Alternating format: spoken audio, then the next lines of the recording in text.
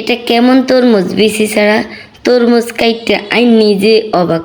নকল তরমুজ বানানো যায় অক্ষরে অবিকল তরমুজের মতন, খাইতে অসাধারণ, কলিজা ঠান্ডা করা তরমুজ রেসিপি। আসসালামু আলাইকুম, আমি নোয়াখালী আপু আবারও রান্নাঘর লাগে একটা তরমুজের রেসিপি নিয়ে আসি। নকল তরমুজ কীভাবে আপনারা বানাবেন তো চলুন দেখে নেন। প্রথমে দেখতে পাচ্ছেন একটা তরমুজের আই কিচ্ছি একেবারে ভিতরেতে চামচ দিয়ে সব বার করে লিছি। এরপরে এগুলোর একটু সাইকেল হয়েছে গুইটা গুইটা গুইটা গুইটা, তারপরে এটার একটু হাতিলে লইয়া সাইকেল হয়েছে লই এর এই হাতিল গাড়ি একেবারে চুলার উপর বসাই দিয়েছি।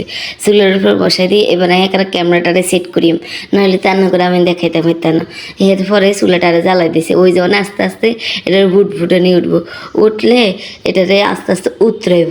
উতরেতে উতরেতে এই দেখছেন উতরেতে উতরেতে যখন দেখবেন যে বুটবুটানি উপরে দিকে উঠে, তখন এক কাপ চিনি ডাইলা দিবেন। চিনি ডাইলে একটু লাড়াছাড়া করবেন। এখানে লাড়াছাড়া করে ইকিনি ফুড কালার দিয়ে দিবেন, নাহলে তখন লাল হইতো না। আর যাদের বাচ্চারা খায় তারা কিন্তু কেমন ফুড কালার দিয়ে না।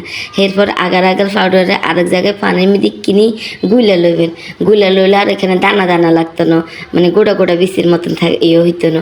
হরাই গুলে এই হানি গিনতারে ডাইলা দিছি ওই পানির লগে, তরমুজের পানির লগে ডাইলা অনেকক্ষণ উতরাইছি। দেখছি না কি সুন্দর বলকানি উতরাইতেছে। তো উৎকানি হরে ওই যে তরমুজের থেকে সব বাইর করে লেছি, এই তরমুজ উতরাই না হানি গিন ডাইলা দিছে। ডাইলা হয়ে ডাকনা দিয়া এই তরমুজের 3 ঘন্টা থইয়া দিছি।